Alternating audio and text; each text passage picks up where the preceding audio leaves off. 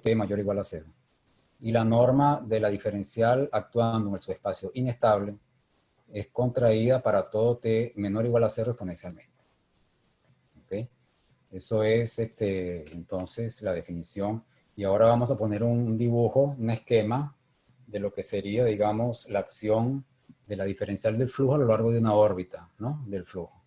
Entonces vean ustedes aquí, por ejemplo, si aquí es una órbita en el punto X, la dirección del flujo aquí es transversal a los subespacios. Estamos en dimensión 3, para simplificar, ¿no? Aquí la suma directa del subespacio estable más el inestable más la dirección del flujo, es el espacio tangente entero en el punto X. Y si uno toma un vector cualquiera, ve, por ejemplo, aquí este vector, ¿no? En el espacio estable, al aplicarse la diferencial del flujo, se va a contraer exponencialmente, o más o menos exponencialmente. Y si uno toma un vector en el subespacio inestable, ese se va a expandir más o menos exponencialmente. ¿Okay? Esto recuerda bastante el comportamiento, digamos, de las órbitas de un flujo cerca de una singularidad de tipo silla, ¿no?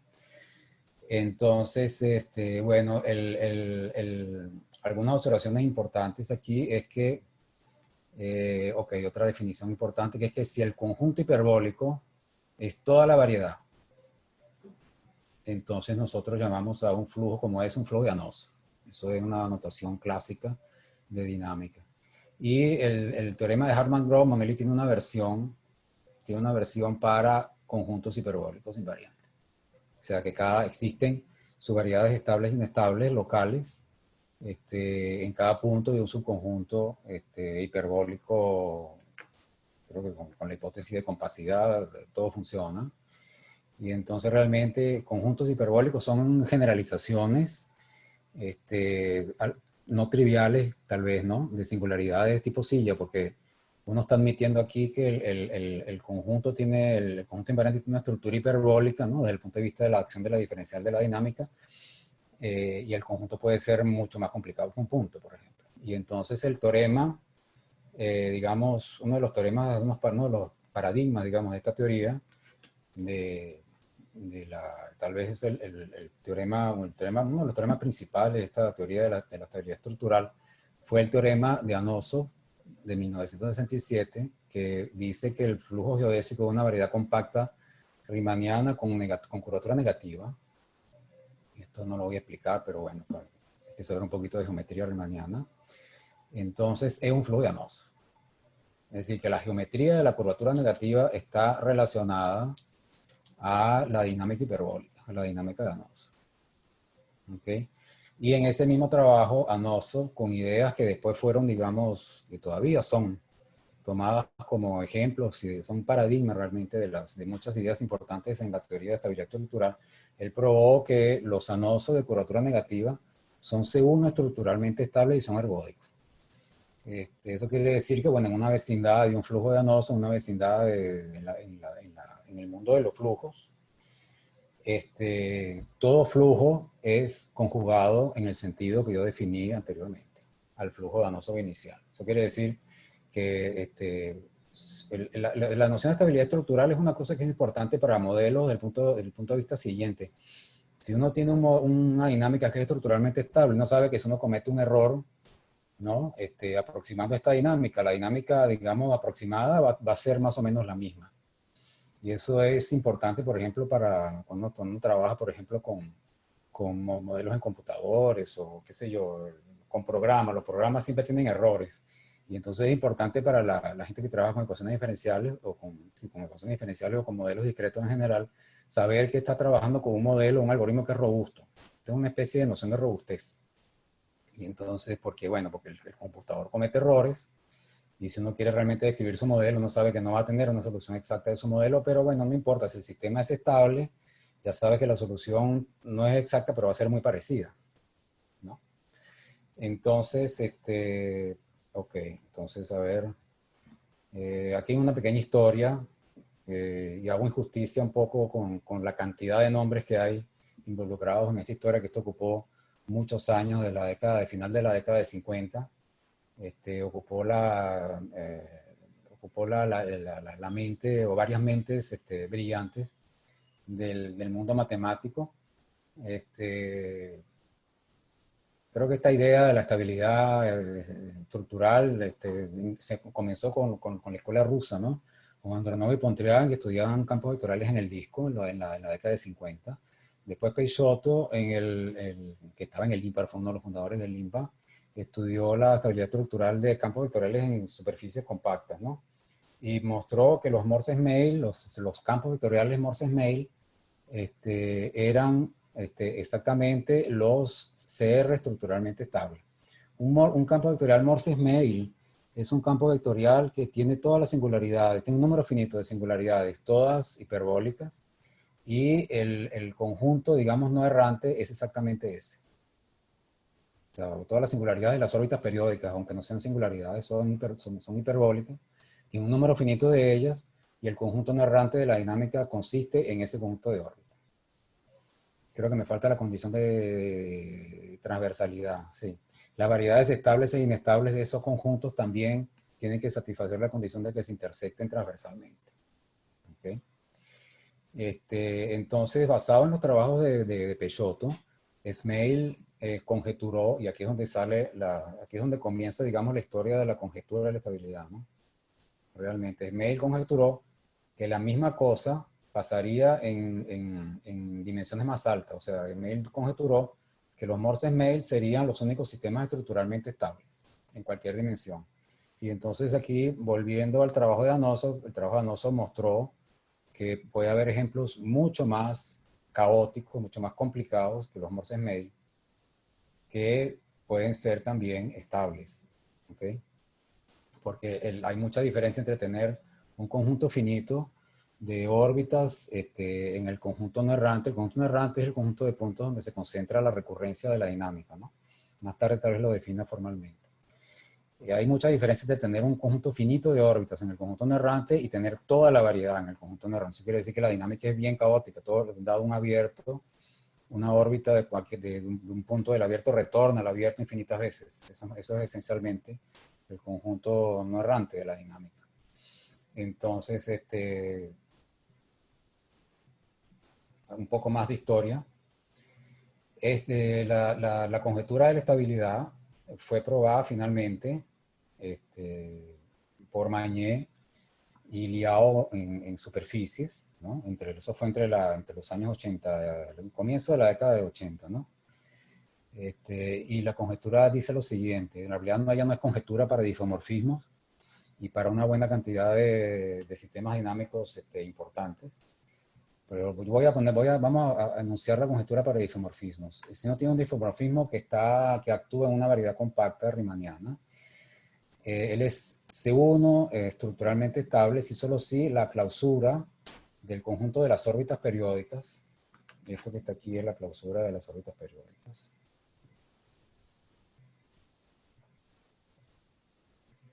Vamos a escribirlo aquí.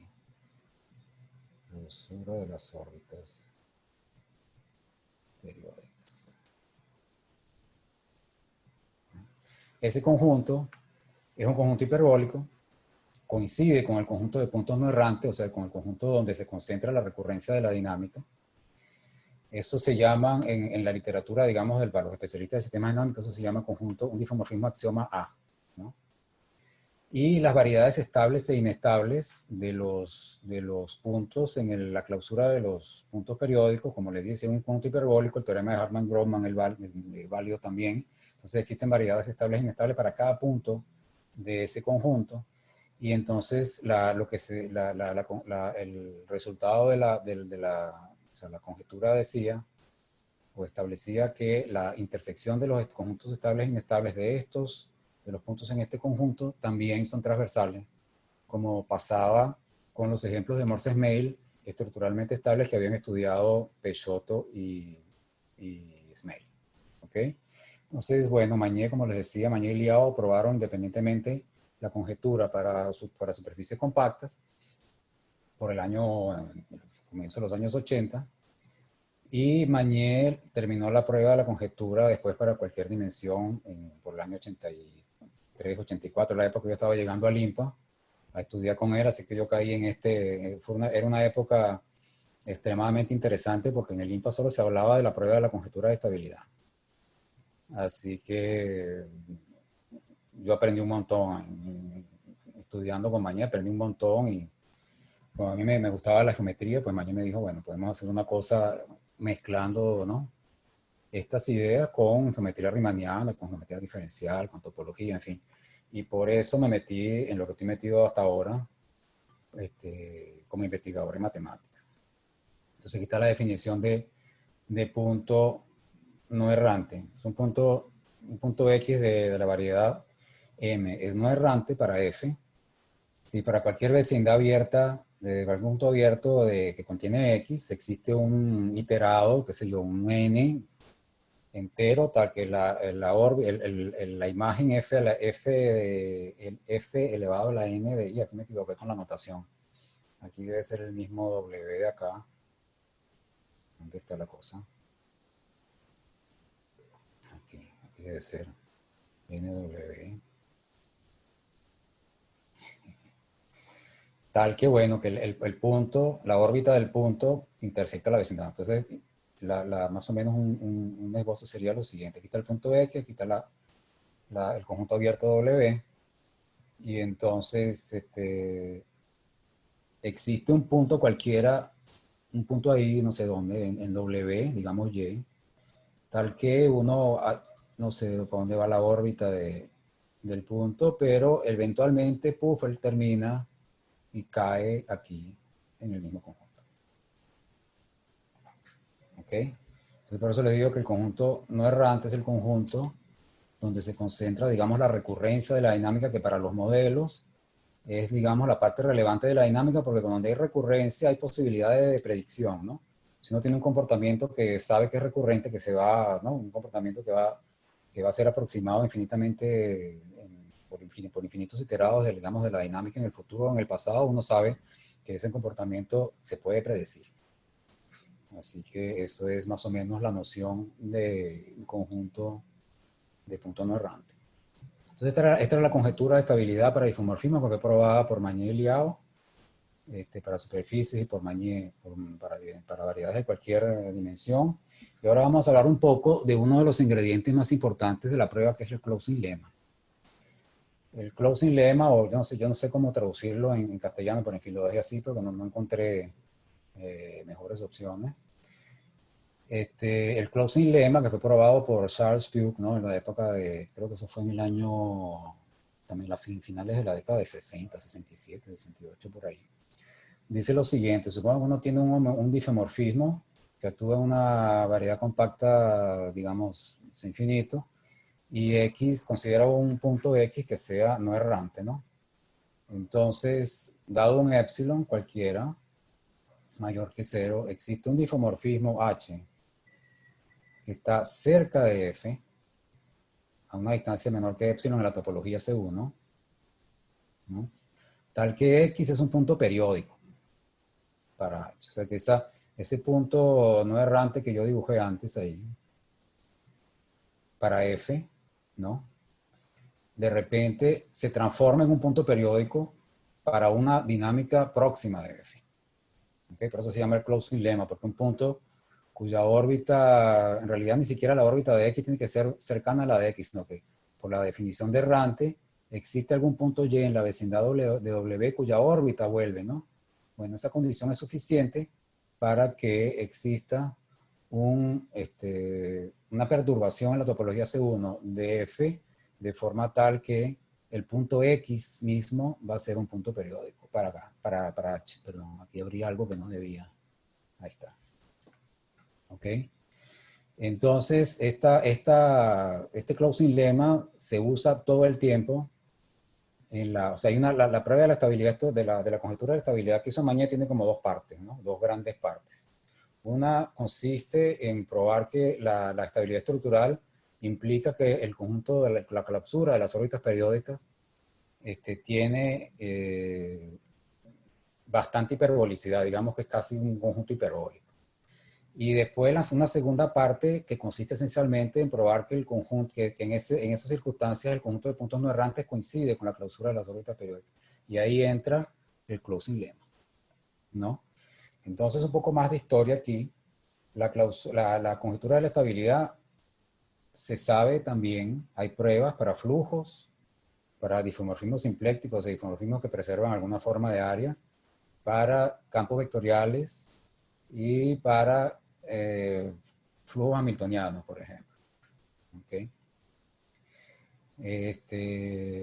Estos matemáticos Robin y Robinson probaron, por ejemplo, en la década de 70 que estos axiomas A con la condición de transversalidad entre las variedades estables e inestables eran estructuralmente estables. Por eso fue que de allí, o sea, de la elaboración de esta noción de axioma A, de allí fue que salió la conjetura de la estabilidad, de hecho. Y Newhouse también tiene un trabajo importante, porque él probó, él fue uno de los, yo creo que fue uno de los primeros que mostró la conjetura de la estabilidad de forma completa para una categoría de sistemas dinámicos que fueron los difeomorfismos simplécticos. Newhouse mostró que un difeomorfismo simpléctico que actúa en una variedad compacta, S1 estructuralmente estable sí, solo si es anoso, ¿no? Entonces, C1 structural stable.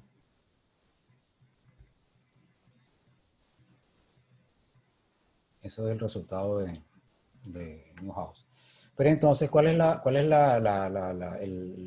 todavía falta, ¿cuál es una categoría, digamos, importante para la cual no hay todavía una prueba completa de la conjetura de estabilidad? Es la categoría de los flujos geodésicos. ¿Okay? Y entonces aquí llegamos al tema, digamos, principal de la conferencia. Entonces, ¿qué es lo que es un flujo geodésico? Vamos a recordar un poco algunas, Rafael, sí, ¿el resultado de Newhouse es en qué dimensión? en cualquier dimensión. ¿Cualquier? Sí. Gracias. Newhouse prueba que sí, en cualquier dimensión, una variedad compacta, tiene un difeomorfismo simpléctico, él es estructuralmente estable, sí, solo sí. O sea, la demostración es bien simpática porque él lo que hace es que estudia primero los puntos periódicos elípticos, ¿no? Entonces prueba que si es estructuralmente estable no puede haber puntos periódicos elípticos. ¿Okay? Todos los puntos periódicos tienen que ser hiperbólicos. Después prueba que así que la clausura de los puntos periódicos tiene que ser hiperbólica, usando el closing lemma justamente, y la estabilidad estructural. Y después usa que la dinámica simpléctica es que todo punto es no errante.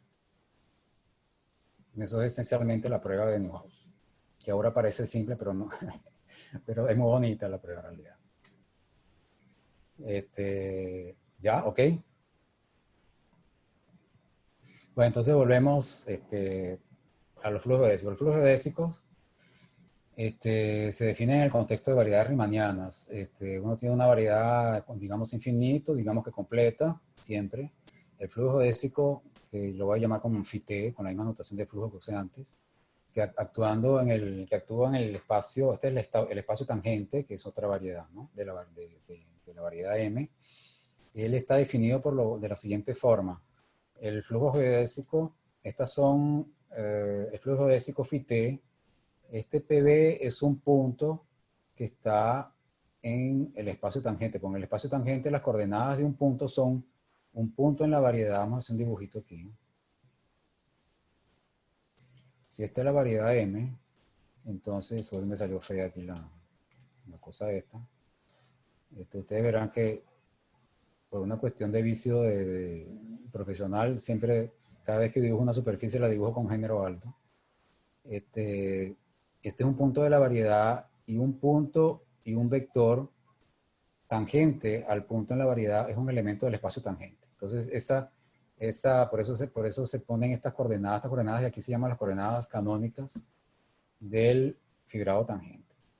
Entonces, el flujo phi-t geodésico actúa en el punto PB, que es un elemento del espacio tangente, de la siguiente forma. La imagen phi-t de PB es otro elemento del fibrado tangente, cuya primera coordenada es la geodésica gamma PB de T, ¿no? Está aquí, que tiene condiciones iniciales gamma PB de 0 en P, o sea, es la geodésica que pasa por P en el instante T igual a 0. Uy, caramba. Y la segunda coordenada es una velocidad, justamente la velocidad de la geodésica. ¿Ok? Entonces, una manera, digamos, rápida, tal vez, bueno, para quien conoce el formalismo, escogí hacerlo así porque el formalismo, digamos, lagrangiano de la mecánica clásica es conocido para buena parte de la gente.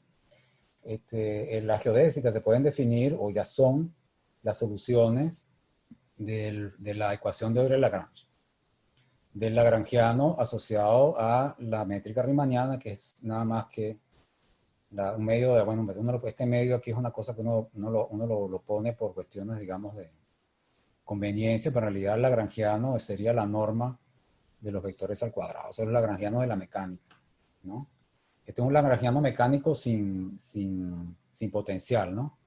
Entonces, por eso, desde el punto de vista de la mecánica clásica, los flujos geodésicos describen el movimiento libre de una partícula en una variedad. Es como si fuese el movimiento libre de fuerza o movimiento uniforme, ¿no? Y entonces, en particular, las geodésicas tienen velocidad constante. Uno puede normalmente restringirse al fibrado unitario, que es el conjunto de vectores que tiene norma 1. Esto también es una variedad. Cuando la variedad es compacta, el fibrado unitario también es una variedad compacta. Y entonces, bueno, una geodésica es una cosa así, ¿no? O sea, aquí está la superficie, como les dije, de género 2, por lo menos. Y entonces, no que tenga que ser así, porque el flujo siempre está definido para cualquier variedad riemanniana completa. Y entonces, bueno, una geodésica que es tangente a este punto, el punto PB, es una curva que es una única curva que va a tener un comportamiento dinámico bien complicado en la variedad. Pero cuando uno estudia el flujo en el fibrado unitario o en el fibrado tangente, el efecto, ¿no? Ese es el efecto que se produce, eso se convierte en un flujo, este conjunto de órbitas genera un flujo en este espacio de dimensión mayor, porque esto equivale a, el flujo geodésico es el conjunto de soluciones del sistema lineal de orden 1 en el tangente, que es equivalente a la ecuación de segundo grado, de segundo orden, que es la ecuación de Euler-Lagrange. O sea, uno tiene una ecuación diferencial ordinaria de orden 2. Normalmente uno introduce pone la velocidad como variable, y con la velocidad como variable, la ecuación de orden 2 es equivalente a un sistema de orden 1, y ese sistema de orden 1 genera un flujo de exactamente lo que está pasando aquí. ¿Ok? Para darles un contexto, para poner el flujo geodésico, digamos, en un contexto de ecuaciones diferenciales de orden 2. Entonces, ahora vamos a la definición, una de las definiciones que aparece en los teoremas, en el resumen de la conferencia, que es una variedad sin puntos conjugados. Una variedad sin no tiene puntos conjugados cuando las geodésicas, digamos, de la variedad, cuando se levantan por una, digamos, una aplicación de recubrimiento. Digamos que pi sea una aplicación de recubrimiento. Es un dibujo que va a aparecer en el próximo slide. Si m tilde es el recubrimiento y pi es la aplicación de recubrimiento, entonces uno puede considerar el pullback de la métrica de m en el recubrimiento. Esto genera una métrica en el recubrimiento que es una isometría local. ¿Ok? Porque localmente la aplicación de recubrimiento es un difomorfismo, y entonces el pullback de G va a ser exactamente igual a G localmente en el recubrimiento universal. Entonces las geodésicas de M también se levantan a geodésicas del recubrimiento universal con esa métrica. Y entonces vamos a llamarlo un levantamiento. Esa gamma tilde aquí es un levantamiento de la geodésica gamma si por la aplicación de recubrimiento la imagen de ella es exactamente gamma. ¿Ok?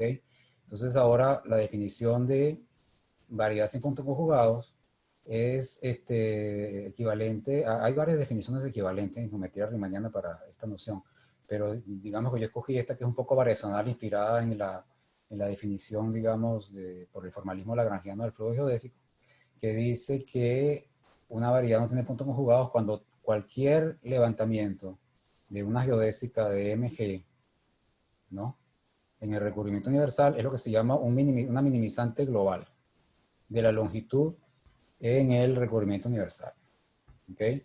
Entonces, en este dibujo está ilustrado más o menos lo que significa eso. O sea, si la geodésica gamma tilde es una minimizante global, ¿no? Quiere decir que si uno toma cualesquiera, un par de puntos cualquiera, gamma tilde T y gamma tilde S, entonces la longitud de la geodésica, ¿no? Entre gamma T y gamma tilde T y gamma tilde S, minimiza la longitud de todas las curvas rectificables que unen esos dos puntos.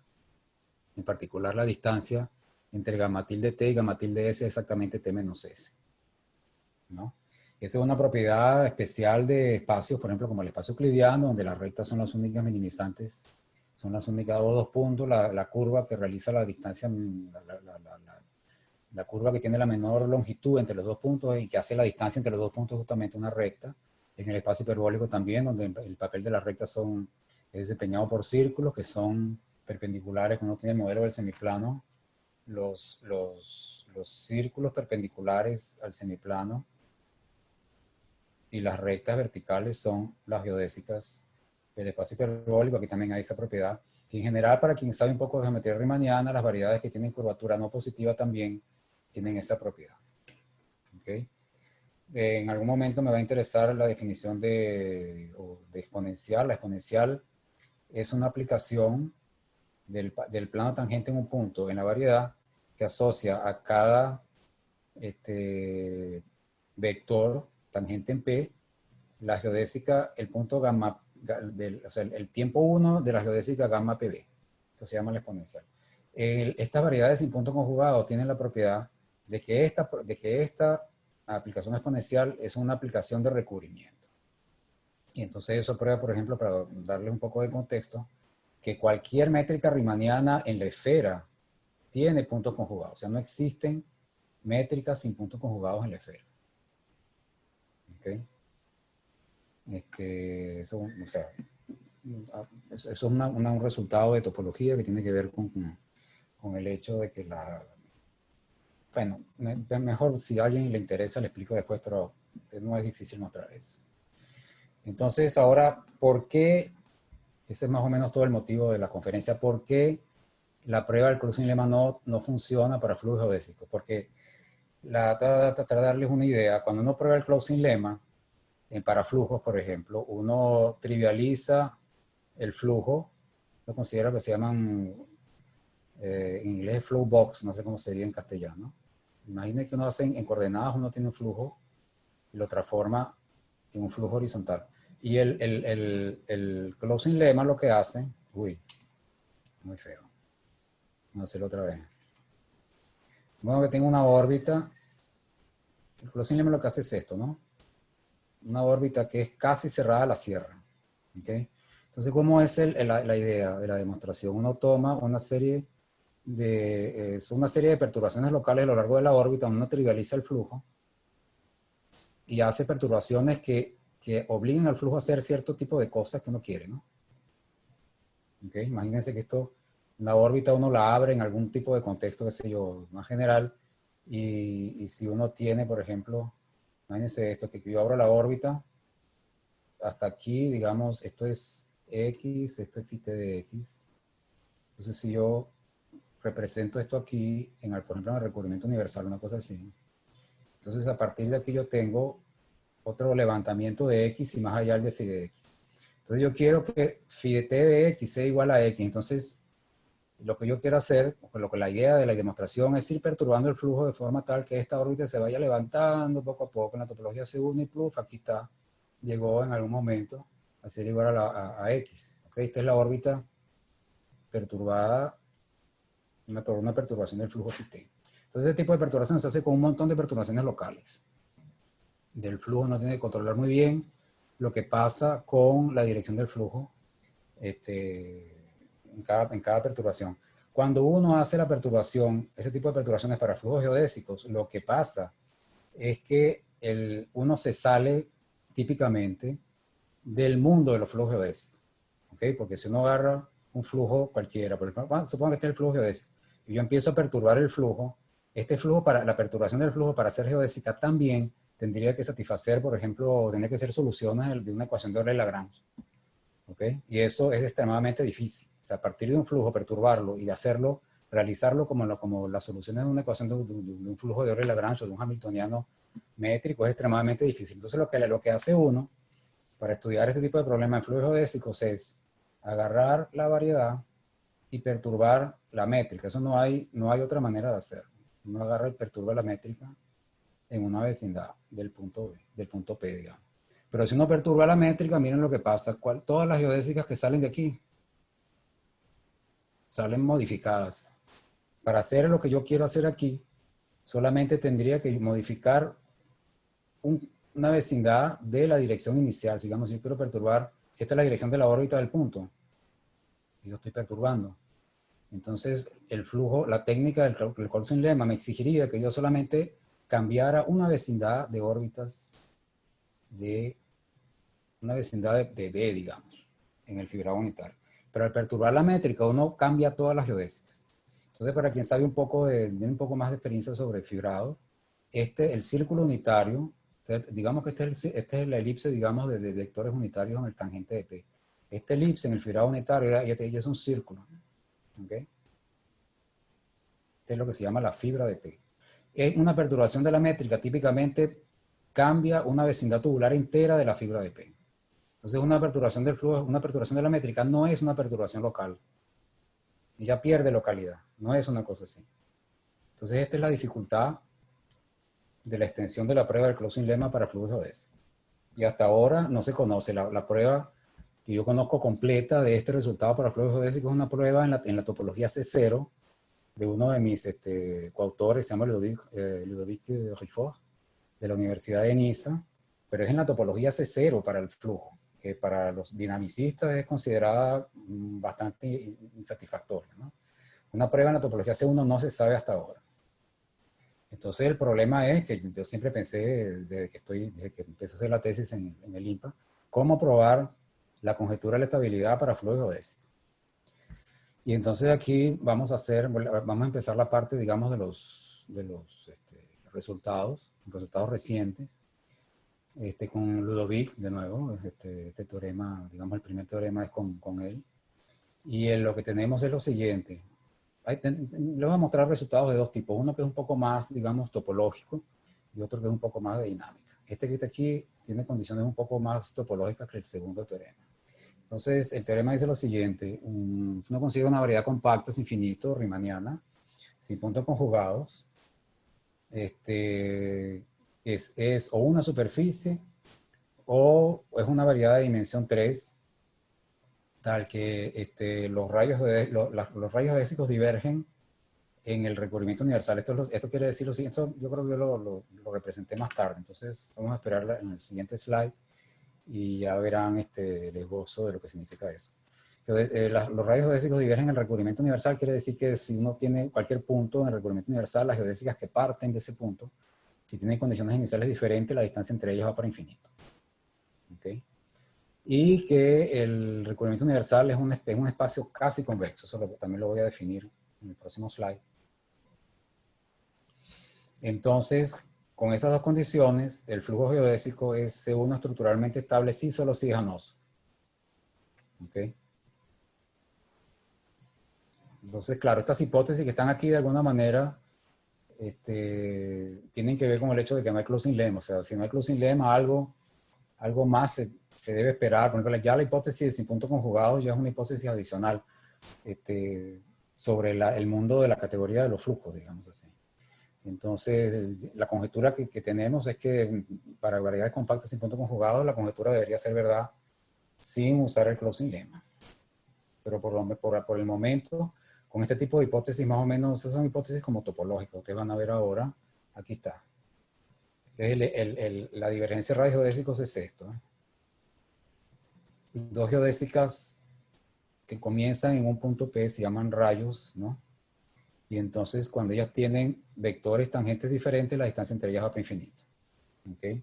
Y la casi convexidad es esta condición que dice lo siguiente: si uno compara dos geodésicas, gamma y beta, que comienzan, digamos, en gamma 0, beta 0 y gamma 1, beta 1, las parametrizamos en 0, 1 las dos. Entonces la distancia de Hausdorff entre los dos conjuntos es comparable a menos de una constante multiplicativa y una aditiva, con el máximo de las distancias entre los extremos de la geodésica. Es como si fuera, por ejemplo, en Rn el espacio euclidiano tiene esta condición, obviamente, porque uno tiene dos rectas, ¿no? Compara dos rectas, la distancia entre las dos rectas es comparable, es menor o igual que una constante veces el máximo, una constante multiplicando el máximo de la distancia entre los extremos, ¿no? O sea, en el espacio euclidiano es una propiedad de los espacios convexos. Aquí.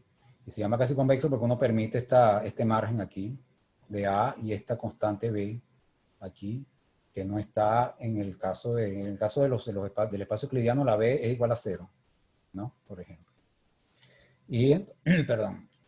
Y entonces el teorema 2, que es el segundo resultado, déjame retroceder aquí.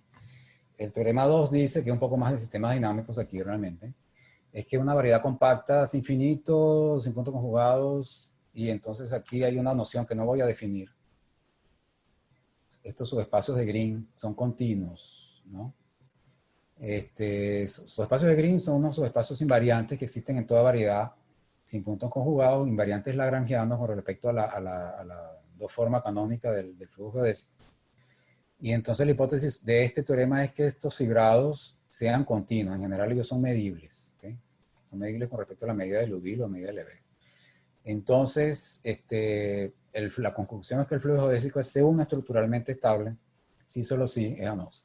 Entonces, la conjetura de estabilidad para cualquier dimensión, ¿no? Tiene una respuesta completa con esta hipótesis de sin puntos conjugados y fibrados de Green continuos. ¿Ok? Este resultado parece mejor que el anterior, ¿no? Porque este resultado es para cualquier dimensión. Pero la hipótesis de continuidad de los fibrados de Green, de alguna manera es un poco más fuerte que la hipótesis anterior, porque la hipótesis anterior era un poco más topológica. Esta hipótesis sobre los fibrados de Green es una hipótesis sobre la dinámica, sobre la diferencial de la dinámica, porque se trata de subespacios invariantes por el flujo geodésico. Entonces, les voy a dar algunas ideas sobre la demostración. En un artículo, o en realidad en dos trabajos que hicimos con Ludovic y un exalumno de Ludovic, Lasrak, digamos que probamos lo que sería la primera parte del trabajo de Mañé sobre la conjetura de la estabilidad. Y eso consiste en lo siguiente: si uno tiene una variedad compacta riemanniana con el flujo geodésico, y aquí sin hipótesis de puntos conjugados ni nada, simplemente flujo geodésico, supongamos que el flujo geodésico es segundo estructuralmente estable.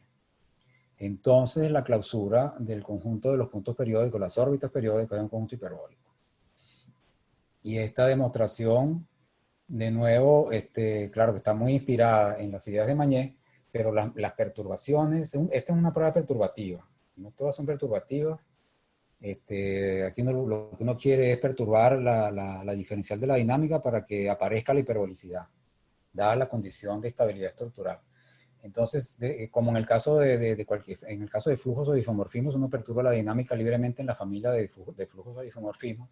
Aquí de nuevo estamos en el problema de que tenemos que perturbar en la familia de flujos geodésicos. Entonces uno tiene que perturbar la métrica primero y ver qué pasa con el flujo después.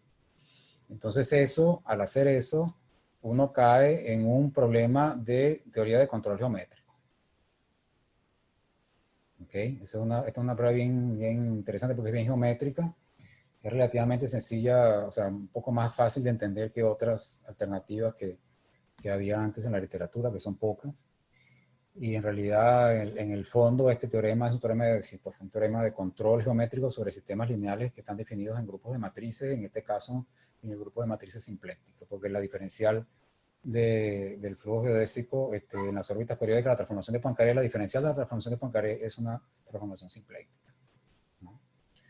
Entonces, bueno, una vez hecho esto, entonces nos queda responder, bueno, ¿qué pasa con una variedad?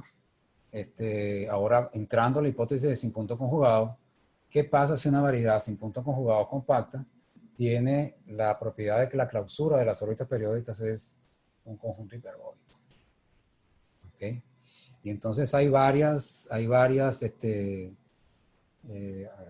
trabajos que, digamos, durante el siglo XX, inclusive del comienzo del siglo XX, que sugieren que eso, que la hiperbolicidad de las órbitas periódicas, en el caso de superficie, por ejemplo, si puntos conjugados, debería implicar que las órbitas periódicas son densas y que y por lo tanto, entonces el flujo geodésico sería noso si el conjunto de las órbitas periódicas, su clausura es hiperbólica.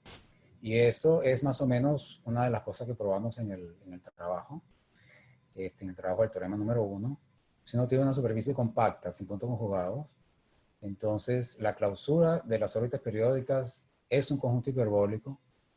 Implica que el conjunto de las órbitas periódicas es denso en el fibrado unitario.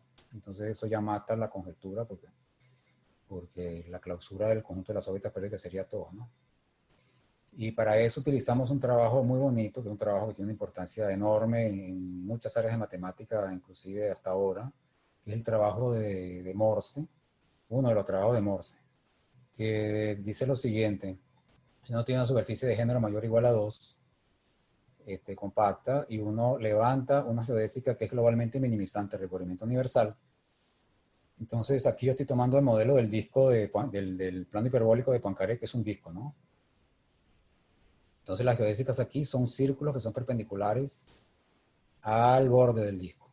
El trabajo de Morse dice que cualquier geodésica minimizante es sombreada por una geodésica hiperbólica del disco de Poincaré. O sea, existe una constante de, ¿no?, y una geodésica hiperbólica beta del plano del disco de Poincaré de la métrica hiperbólica, tal que la distancia de Hausdorff entre el levantamiento de la geodésica, que es minimizante global, y la geodésica hiperbólica es menor o igual que D. Por eso se llama, esto yo le digo lema de sombreamiento, shadowing, ¿no?, que es un poco diferente al lema de sombreamiento que uno conoce en dinámica hiperbólica, pero bueno, más o menos la misma idea.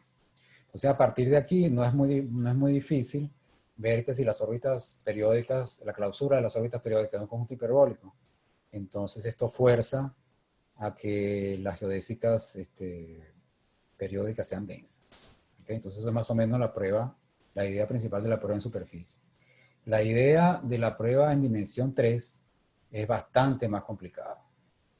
Es bastante más complicada porque en dimensión 2, como les mencioné antes, el trabajo de Morse es fundamental para la prueba. El trabajo de Morse de alguna manera está fundamentado en que existe un teorema de clasificación para la superficie, el teorema de Seyferdt-Van Kampen, ¿no? Existe una clasificación de la superficie por el grupo fundamental. Sabemos cuál es la geometría global de la superficie, ¿no?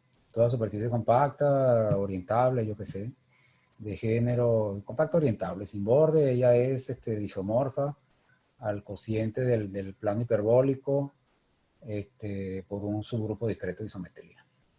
¿Okay? Eso es una consecuencia del teorema de clasificación de la superficie para género mayor o igual a 2. Eso no existe, o sea, existe en dimensión 3 solo recientemente cuando se probó la conjetura de Poincaré. Porque la conjetura de Poincaré se probó que era equivalente a la teoría de uniformización de Thurston para variedades de dimensión 3, que es una especie que es una extensión, de hecho, de la clasificación de las superficies para dimensión 3. Entonces él considera, no sé si ya ustedes han visto un trabajo lindísimo de Thurston, el trabajo de la teoría de la geometrización. El Thurston, sobre ciertas hipótesis, bajo ciertas hipótesis en las variedades compactas, él reduce prueba que la conjetura de Poincaré es verdad sí solo sí, el grupo fundamental de una variedad compacta es un subgrupo discreto de un conjunto de 8 espacios simétricos, dentro de los cuales está el espacio hiperbólico de dimensión 3. ¿Okay? Entonces, ¿cómo llegamos a cómo llegamos a que el único espacio posible es el espacio hiperbólico de dimensión 3 como, digamos, espacio clasificante para nuestra variedad compacta sin puntos conjugados con la clausura de las órbitas periódicas hiperbólicas? Es el teorema B, que aparece aquí al principio de la pantalla, que dice lo siguiente: si la clausura de las órbitas periódicas es hiperbólica, entonces el grupo fundamental de la variedad es lo que se llama un grupo de Preissmann. Un grupo de Preissmann es un grupo tal que todo subgrupo abeliano es cíclico infinito. ¿Okay? Como si fuera el grupo, eso es una propiedad en común con las variedades de curvatura negativa. ¿Okay? Eso no quiere decir que la variedad tenga curvatura negativa, pero tiene esa propiedad en común con el grupo fundamental. Y otra propiedad que se usa para aplicar la teoría de Thurston es esta noción, este teorema de Crook y Schroeder, el teorema C, que dice que el grupo fundamental de una variedad compacta sin puntos conjugados es lo que se llama straight, que en fin, yo no encontré otro nombre, otra notación, por falta de opción no puse otra cosa, lo puse como como fue definido, y bueno, o sea, ahora tal vez suene un poco políticamente incorrecto, pero en fin, esa es la notación que hay. Esta parte de esta noción de straight tiene que ver con un capítulo muy bonito de la teoría de grupos que se llama la teoría geométrica de grupos, que fue, digamos, fundamentada, yo creo que esencialmente por el trabajo de Gromov, ¿no?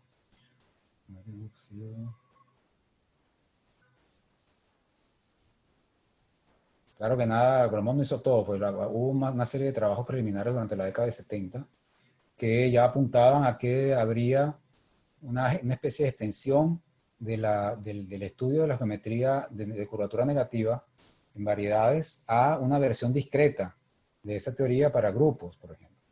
Entonces lo que hace Gromov es metrizar los grupos, les pone un grupo finitamente generado, le pone lo que se llama la métrica de la palabra. Él construye un simplex, que es el grafo de Cayley de un grupo, y él va uniendo, digamos, los puntos los vértices del grafo son los elementos del grupo que él va generando, que uno va generando a través de las palabras generadoras, y pone aristas entre cada dos vértices de acuerdo con que una palabra es obtenida a partir de otra aplicando un elemento del grupo, un elemento de los generadores del grupo.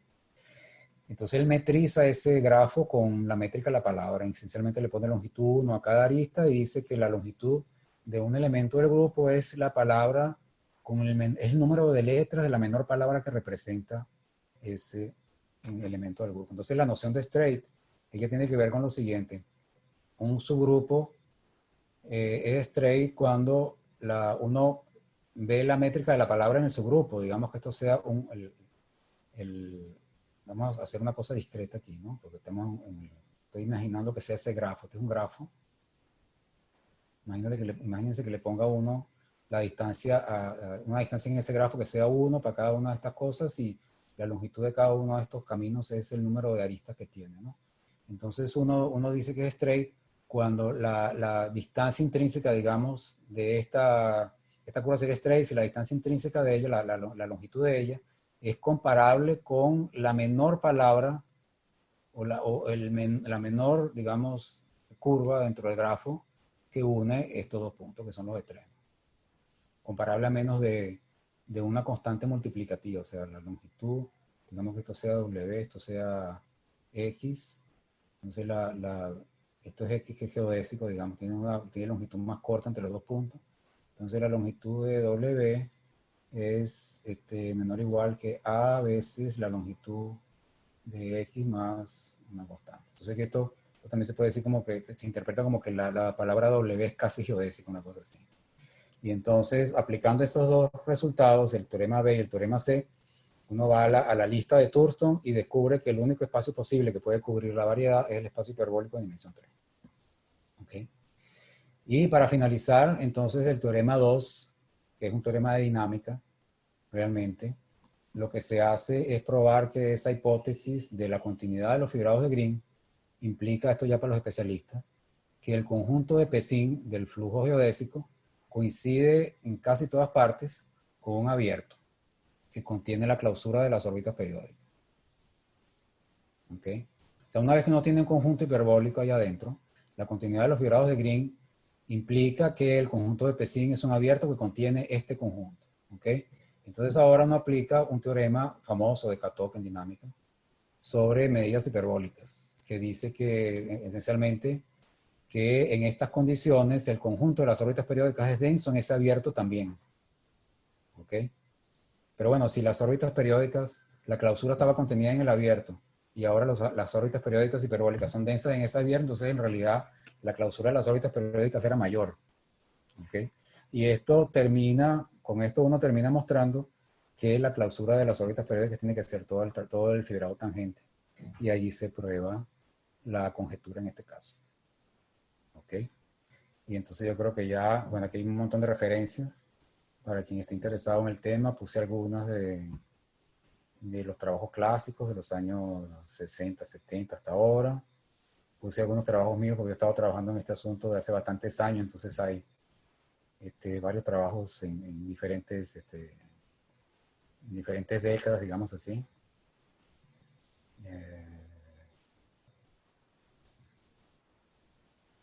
Sí. Y bueno, muchas gracias por la atención. Creo que no me pasé, ¿no? No, estás bien. Bueno, Sí. muchas gracias Gracias, Rafael. Estuvo Ok. bien. a él, de verdad que sí. Creo que el timing, me reflexioné mucho antes de obedecer por el timing, porque había muchas. ¿Alguna pregunta para Rafael en relación a la exposición? Sí, Bueno, no veo nada en el chat, pero te quería hacer algunas preguntas, ¿no? No para sí. no estar tanto tiempo aquí. Este, la primera es en relación a que tú definiste comenzando la charla con que una dinámica era una acción de un grupo discreto en la variedad, una acción clásica de grupo, es lo que entiendo. Sí, Eh, pero sí. Ujú. la pregunta es, ¿estos resultados siguen siendo válidos cuando cambias de un grupo discreto, como los enteros, a un grupo de Lie, por ejemplo, específicamente cuando cambias una acción de un Eh, grupo de Lie compacto? Mira, sí, hay, es de una literatura, no puse referencia sobre eso, pero sí hay resultados de acciones que se llaman, ¿cómo que se llaman estas acciones? Hay ciertos grupos de Lie que actúan sobre variedades que tienen estas propiedades de rigidez, digamos así, ¿no? Que cuando tú supones que son estructuralmente estables, entonces tienen hiperbolicidad. Déjame recordar ahora quién trabajó con eso. Sí, yo creo que, bueno, en la licenciatura yo trabajé con el libro de Breon, Sí, clasifican las acciones, acciones libres, acciones, este, acciones efectivas. Bueno, ya hace mucho tiempo, ¿no? Tengo tiempo claro, sí, que me dedico a la geometría, pero lo interesante en este tipo de grupos era que cuando tú considerabas el espacio de órbita, sí, que era un cociente más o menos ahí, y definías cosas, definía productos torcidos, ese tipo de cosas. Me acuerdo que cuando la acción era libre, sí, el espacio de órbita seguía siendo una variedad. sí, sí, sí. Entonces, no sé, haciendo, recordando los tiempos allá de la licenciatura, o sea, si tiene estos flujos geodésicos bajo ese tipo de acciones libres de grupos de Lie compactos, no habrá algo análogo que si la acción Sí, es sí, mira, quien libre y trabajó mucho variable. con eso, recuerdo ahora los trabajos de Katov, por ejemplo. Katov tiene trabajos sobre acciones que se llama, él le dice acciones de Anosov, la Ok, llamaba acciones de Anosov, que eran exactamente una extensión de este tipo de acciones de cualquier sistema dinámico, acciones de grupos en general. Alguien que trabajó más recientemente con eso fue Thierry Barbeau. Thierry Barbeau es un matemático que está en la Universidad de Avignon, que fue alumno de Tianjin. Él trabajó recientemente con ese tipo de cosas también.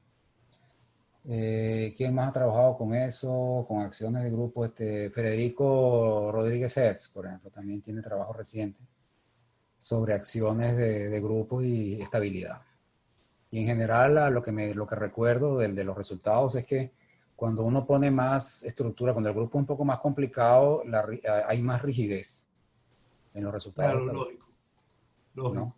Cuando uno pone más información en el grupo, que lo pone más complicado, entonces la estabilidad implica que ciertas propiedades más rígidas que estas de la conjugación que yo puse aquí, por ejemplo, se valen. Por ejemplo, uno puede probar en ciertos casos que las conjugaciones no son solamente homomorfismos, sino difeomorfismos, o que, como tú dices, cuando el espacio de órbita es diferenciable, uno puede deducir otro tipo de la existencia de varios tipos de invariantes, Sí. Sí. de la dinámica, en fin. Sí hay extensiones de estas nociones para acciones de grupos de Lie más generales, de hecho. Ok. Y la otra pregunta que te quería hacer era a mediados de la charla, Sí, que tú dijiste una parte que no tenía la demostración general, pero que tú hablaste, o sea, tenías la órbita y tenías como una parte transversal. Entonces, que no conocía el resultado, eso de la transversalidad me llamó mucho la atención porque después, ya va, espérate para buscar a cuál parte te refieres. ¿La condición de transversalidad fue? ajá, yo creo que Sí, fue sí. la siguiente lámina, no lo sé, la conjetura cuando sé que hiciste un dibujo y tenías el flujo Este. y no, un poco más adelante, creo que un poco más adelante, Ya va. sé que hiciste un dibujo ahí de una cosa transversal, ahorita no me acuerdo bien. El punto es que, no, bueno, el punto es que tú hablaste de una parte, esa es la 14 ahí. Sí, Tú hablaste del fibrado tangente sí, y hablaste de una parte que iba a lo largo de la órbita y una parte que iba de forma transversal. Hay unos claro. espacios que estudié en la tesis bueno, no sé si lo has visto antes, pero yo hice un poco de eso y que se llaman espacios estratificados y bajo Sí, ciertas topologías que tienen una relación de incidencia. O sea, es como una, un conjunto parcialmente ordenado de variedades y entonces una incide sobre la otra cuando está completamente contenida en la clausura. O sea, es una cadena sí, sí. creciente y Ajá. hay un elemento adicional que se llama la profundidad del espacio. Entonces, tú juegas con la Sí, sí, sí. dimensión, puedes tener dimensión finita, profundidad finita, en fin, Sí, cualquier eso, cantidad. ese tipo de noción existe en la teoría de foliaciones, por ejemplo. Correcto, por ahí va. Ahora, la pregunta es, cuando tú explotas los puntos singulares o los estratos singulares, tú tomas una copia de la parte regular y la pegas por un entorno tubular. Y eso Sí, se llama, lo que estudié, lo que Gao me propuso estudiar, eso se llama la condición de Tom-Matter. sí, Tom-Matter lo que significa es que cada estrato tiene un entorno tubular en este sentido, con la métrica, sí, con la parte sí. perpendicular y toda esa cosa. Ajá. Como tú dijiste que en esa parte, en esa lámina que todavía no conocías qué condiciones, o sea, cuando estás haciendo el dibujo, me dio la impresión que la idea tuya era más o menos ajustar el diámetro del tubo y meter la órbita por ahí, y eso me recordó mucho a esos entornos tubulares. ¿Tú no Sí, crees bueno, que yo creo por que sí. ahí hay Ujú. alguna relación? Bueno, no, este contexto de aquí para flujo yo creo que es un poco más sencillo que eso que tú estás eh, describiendo, porque eso se parece mucho más a la teoría de las foliaciones. Ese tipo de argumentos se usa, por ejemplo, cuando uno tiene, por ejemplo, foliaciones que tienen recurrencia y uno quiere descubrir si existe alguna hoja compacta o si uno puede perturbar la foliación y obtener alguna foliación con una hoja Exactamente, compacta. exactamente. Eh, bueno, justamente, ese es más o menos, filosóficamente, más o menos la misma idea del closing lemma. Uno quiere perturbar el flujo para obtener una órbita compacta. Entonces, ¿cuál es la filosofía de esta demostración del closing lemma para flujos? Es esta. Si uno quiere ir cambiando el flujo poco a poco, ¿no? Haciendo perturbaciones locales. Y ahora me cambié el color de la cosa, no sé por qué. Entonces uno quiere hacer un montón de perturbaciones locales. En realidad estoy simplificando el asunto porque es más complicado, ¿no? Pero Ujú. la idea principal es esa. Uno quiere hacer una serie de perturbaciones locales de forma tal que yo creo que había hecho otro dibujo y los terminé borrando. Que uno pueda, por ejemplo, este asunto, este dibujo se parece mucho al que uno hace en foliaciones, justamente como dices tú.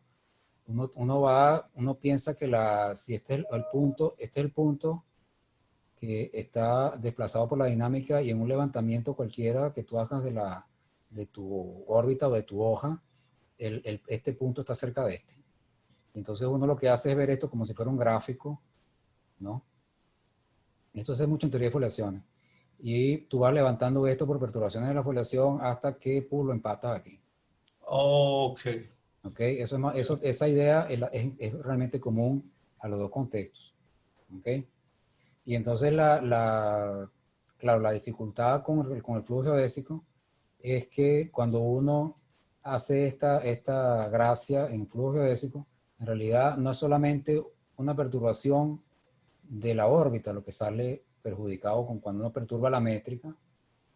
Tú solamente no solo alteras una vecindad de la órbita, que la órbita, acuérdate que la órbita, la condición inicial es un punto y un vector, ¿no? Entonces tú alteras todas las geodésicas que salen de aquí, un poquito. Entonces esta perturbación en el fibrado unitario hace que se riegue por toda la fibra. Ok. Eso es lo Bueno, que ese pasa. dibujo que tú estás haciendo ahorita, Rafael, Mm. en teoría de entornos tubulares es lo que se conoce como un slice, que tú Sí. agarras literalmente el tubo y le metes un cuchillazo, págata, y sacas la rebanada. Entonces, no sé, o sea, se me parece, Pero yo no estoy haciendo cirugía, ojo. ¿Ah? no estás cortando ahí. No, no, no, Pero aquí no estoy haciendo cirugía. digamos, no puedes implantar los entornos para que cuando levantes la dinámica, de alguna manera conserves diferenciabilidad, continuidad, no sé. Justamente, si uno pudiera hasta pensar que se puede hacer alguna cirugía, pero después cuando tienes que pegar los flujos, ahí tienes que probar que es diferenciable la cosa. Y Ujú. esa sería la dificultad, Y supongo. exactamente, eso es una dificultad adicional. Entonces lo que uno hace normalmente es perturbar el flujo, o sea, agarras el flujo inicial, lo transformas en coordenadas en un flow box, digamos, y ahí haces perturbaciones de ese flujo. Ok, Ya sabes que la perturbación del flujo es una cosa diferenciable si la haces con suficiente regularidad, Ujú. pero no haces cirugía. ya. Ok, gracias. Tenía una última pregunta, pero me dio la impresión que Vicky quería intervenir con algo o no. Sí, sí, Ajá, ajá, sí. adelante, Vicky. Hola a todos. Quería completar algo de lo que está comentando Rafael. Efectivamente, él puede estratificar la órbita, pero simultáneamente va a modificar las geodésicas asociadas. Claro, seguro, sí, Entonces, sí. ahí va a perder regularidad y eso es lo que no quiere. No, la regularidad no la pierdo, pierdo el control sobre la dinámica. Imagínate aquí, por ejemplo, vamos a empezar con esta Ujú. geodésica aquí. Entonces esta es la geodésica original, ¿ok? Ahora uno Ajá, perturba la ajá. métrica, entonces este vector tangente va a salir para otro lado, ¿ok? Entonces esta geodésica perturbada ya va a Ujú. acompañar un rato, que está aquí, pero eventualmente uno no puede controlar lo que pasa después, ¿ok? Y cuando vuelves acá, tú vuelves, por ejemplo, por este lado, donde tú no sabes lo que pasa. Con la perturbada. Con la perturbación, exactamente. Entonces aquí tú sales para otra cosa que Vale, nada que vale. ver. Ok. ¿Ok? Porque como a ti te gustaría mantener proximidad durante un largo trecho entre la órbita, entre la Ajá. geodésica original y la perturbada, pero eso no lo vas a poder garantizar. Entonces, a largo plazo, la órbita que tú perturbaste va a volver no sé dónde y la órbita original va a volver, Exacto. digamos, por aquí. Exacto. Lo que pierde la dinámica. Tienes toda la razón. Exactamente, la dinámica la puedes cambiar radicalmente si no tienes cuidado, porque no controlas lo que pasa. Aquí en el fibrado unitario lo que está pasando es esto. Comienzas a perturbar acá. Parece que yo hice un dibujo muy simplificado de esto, ¿no? Comienzas a Sí, perturbar bueno, acá, claro. aquí la cosa sale y de Ajá. repente ella puede volver a intersectar por aquí. Esto es otra dirección acá, digamos. Vale. ¿Ok? Porque un punto diferente de la fibra es una dirección diferente aquí en el círculo tangente unitario. Entonces, cuando entras por aquí, tú sabes lo que Exactamente. pasa. Y ahí la órbita, puff, no sé qué pase ahí. O sea, uno pierde el control. Ese es el problema con las perturbaciones de la métrica y el efecto que tienen sobre el flujo, ¿no? Es bien Ok, complicado, ¿eh? perfecto. Sí, sí. Sí, no, bueno, en realidad la exposición, bueno, en este tema de geometría diferencial bellísima, con nuevos conceptos que yo nunca había escuchado. Y tengo una última pregunta ya, ¿qué teorías de cosmologías hay asociadas a esto? Pues, por ejemplo, con las explosiones, que consisten en ese proceso sistemático de remover singularidades, existe lo que se llama la cosmología de intersección, que inicialmente estudió Saralegui, Sí. McPherson, y todavía hay algún tipo de teorías de cosmología, aparte de la cosmología de Derrama asociada a estos flujos geodésicos. Sí hay, pero eso ya me llevaría mucho tiempo. Ok, Hay cosas no, está bien, hay cosas muy interesantes de cosmología, solo para para dar algunas referencias, por ejemplo, cuando uno tiene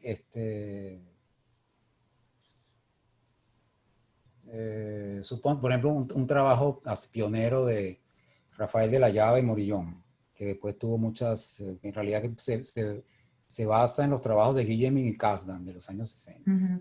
Él dice lo siguiente: suponte que tienes un difeomorfismo de anoso, una variedad compacta, y suponte que tienes dos difeomorfismos de anoso en una variedad compacta. Suponte que los dos tengan el mismo número de órbitas periódicas con los mismos periodos y las mismas diferenciales de las transformaciones de Poincaré. ¿Okay? Las transformaciones de retorno.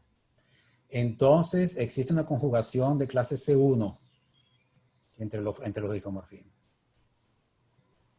O sea, y eso se prueba usando argumentos de cohomología. Hay un teorema famoso que se llama el teorema de Lipzig, que es un teorema de cohomología, no en el sentido de la cohomología, digamos, de Rank o de cohomología de formas, o cohomología dual de la homología singular, sino que es un tipo de argumento de cohomología de, ¿cómo te digo?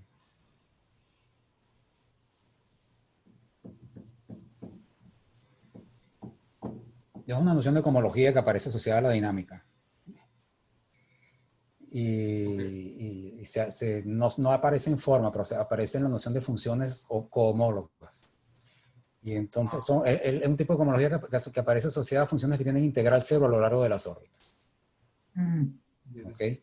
Y hay un teorema famoso que es el teorema de Lipzig, que dice lo siguiente: que si tienes un anoso, por ejemplo, en una variedad compacta, y tienes una función que tiene integral cero en todas las órbitas periódicas, un anoso transitivo, pero un anoso donde las órbitas periódicas son densas, entonces esta función se puede extender a toda la variedad a una función que es diferenciable a lo largo de las órbitas del flujo, por ejemplo.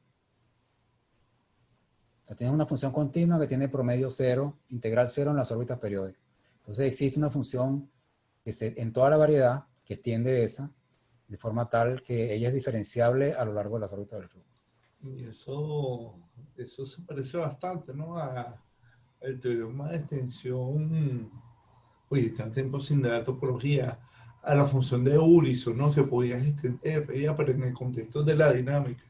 Oye, qué interesante. Sí, sí, claro, se extiende, pero los métodos de la extensión no son tipo metrizables, no son ese tipo de argumentos de No, extensión de la de TITS, por ejemplo. Tienes que usar la dinámica, claro. para poder probar. O sea, aquí la cohomología se refiere a lo siguiente: tienes una función que tiene integral cero en las órbitas periódicas, resulta que la función se extiende a una que es diferencial, o sea, empiezas con una cosa, una función de la que no tienes mucha información, solo que tiene integral cero en las órbitas periódicas, y de repente terminas con una que es la diferencial de otra. Entonces, en ese sentido, es cohomóloga a cero, digamos así. Está dentro en la topología, en la cohomología de Rank sería una equivalente a una forma cerrada, ¿no? O una forma exacta, y es la diferencial de algo.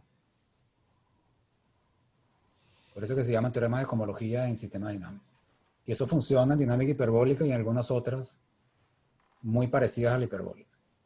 Pero en general no funciona en otras, en contexto más general, en dinámica más general.